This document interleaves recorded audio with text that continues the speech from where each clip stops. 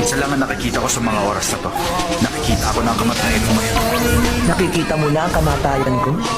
Bakit hindi mo subukan gawing katotohanan?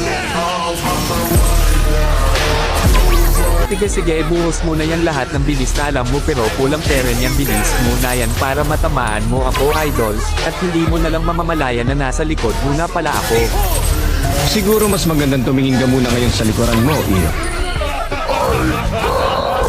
Anak, baka nakakalimutan mong ako ang the king of dodge, dapat marunong kang lumugar o rumespeto sa mas malakas pa sa'yo.